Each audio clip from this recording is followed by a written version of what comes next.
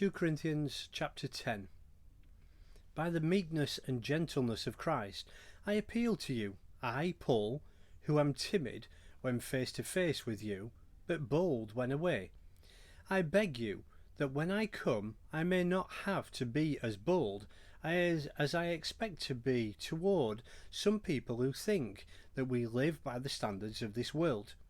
For though we live in the world, we do not wage war as the world does. The weapons we fight with are not the weapons of the world. On the contrary, they have divine power to demolish strongholds. We demolish arguments and every pretension that sets itself up against the knowledge of God, and we take captive every thought to make it obedient to Christ. And we will be ready to punish every act of disobedience once your obedience is complete. You are looking only on the surface of things.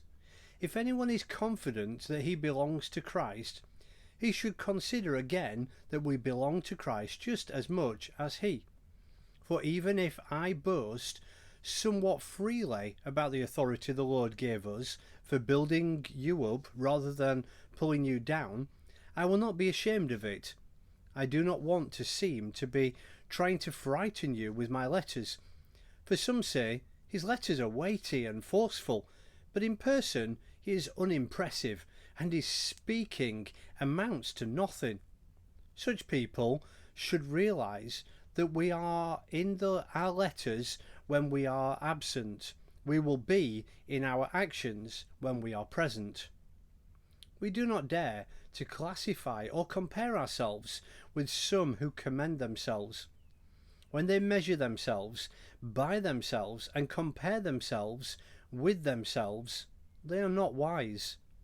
We, however, will not boast beyond proper limits, but will confine our boasting to the field God has assigned to us, a field that reaches even to you.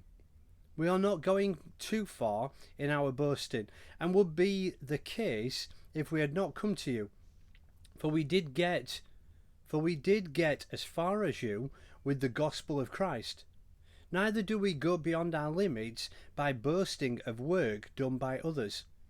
Our hope is that, as your faith continues to grow, our area of activity among you will greatly expand, so that we can preach the gospel in the regions beyond you. For we do not want to boast about the work already done in another man's territory, but let him who boasts boast in the Lord. For it is not the one who commends himself who is approved, but the one whom the Lord commends.